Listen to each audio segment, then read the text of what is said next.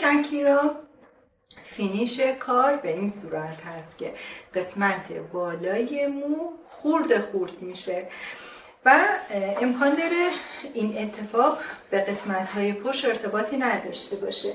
ببینید من شیوه کار رو خدمتتون میگم به چه صورته. از قسمت پشت موها از این گوش به اون گوش یک خطی رو ترسیم میکنم، موها رو جدا میکنم به این صورت. به این قسمت ها کاری نداریم. خب اگر که مشتریمون دوست داشت که قسمت پشت موهاش هم خورد باشه، یه مقداری بیشتر از پشت از این قسمت یه مقدار بیشتر برمیداریم و حالا هر مدلی که دوست داشت کلوش باشه، دوست داشت مثلا فارا باشه، لگر باشه، هر چی که خواست همون مدل رو قسمت پشت موها اجرا می‌کنیم. لگر خب قسمت کمتری از موها خورد میشد، به این صورت بود که گفتیم 45 درجه مو کات میشه و اگه فارا بود که 90 درجه پشت موها رو جدا خورد می‌کنیم.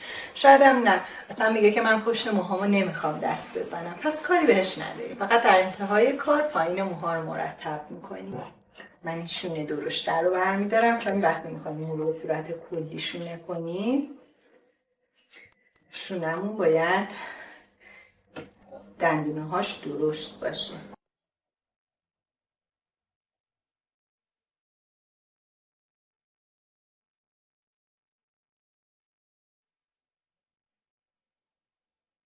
مو رو به این شکل توی دستمون میگیریم، خب و به این شکل به شکل 180 درجه مو رو کات میکنیم و راهنمای پشت موهاست، قد موها. ببینید آخرین تیکه از مو که تو دستمه این میشه راهنمای من یه مقدار دستم رو حالا بسته به خواسته مشتری.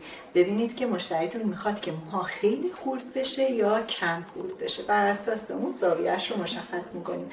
هرچی شیب دستتون به این طرف بیشتر باشه، خوردی موها کمتر میشه و هر چقدر که دستتون صافتر باشه خوردی مو بیشتر میشه.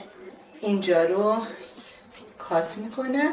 خب حالا تو این مرحله یه تیکه حواستون باشه که همه موها از دستتون در نیاد. یه تیکه از مو رو برمیداریم، خب دوباره قسمتی از مو که توی دستامون هست رو دوباره شونه میکنیم و این دفعه بر اساس آخرین تیکه که تو دستمونه دوباره دست رو انحنا میدیم و به این شکل و این قسمت رو کات میکنیم.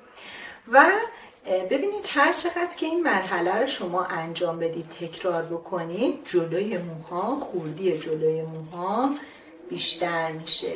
من دوباره اگر الان یک تیکه رو از اینجا بردارم، دوباره این قسمت رو مبنا قرار بدم و دوباره اگر من این رو مبنا قرار بدم و دستم رو دوباره با شیب دستم رو به این سمت صورت بیارم و این رو کات کنم، دوباره این قسمت ها خوردتر میشه. خب من دیگه تا این مرحله دیگه فکر میکنم کافیه برای مدلم، تا این مرحله کافیه دیگه، بیشتر از این موها رو خورد نمی کنم. ولی اگه مشتری دوست داشته باشه که موها رو بیشتر خورد کنه، شما این کار رو براش انجام میدید. ببینید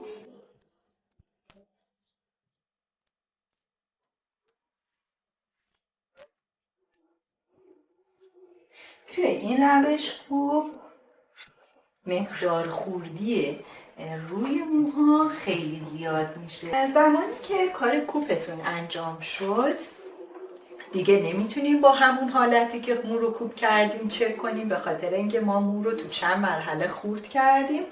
بنابراین تو همون یک مرحله سعی میکنیم که کاملا شونه رو بخوابونیم رو پوست سر و موها رو از ریشه شونه کنیم که این قسمت دیگه نیاز به چک نداشته باشه و در انتها در پایان کار پایین موها رو یا به صورت گرد یا به صورت کلوش کات میکنیم.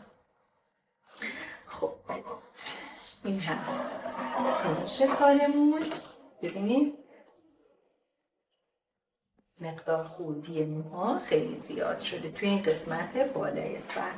خب دوستان عزیزم، مدل شکیرا مرحله جداسازی مو از این گوش به اون گوش روی تاج سر هست. از تاج سر موها رو پایین میریزیم، قسمت پایین پشت موها رو هر مدلی که مشترک دوست داشته باشه اون مدل رو کات میکنیم. فارا بخواد، لیر بخواد، مصری، هر مدلی که بخواد قسمت پشت مو به شکل مجزا مو کات میشه و این مدل شکیرا قسمت بالای موهاست. به روش خورد کردن موها به این صورتی که میگم خدمتتون میگیم مدل شکیرا. این قسمت رو موها رو جمع میکنیم بالای سر و به صورت 145 درجه مو رو کات میکنیم. موها تو دستمون هست، کنار نمیذاریم موها رو.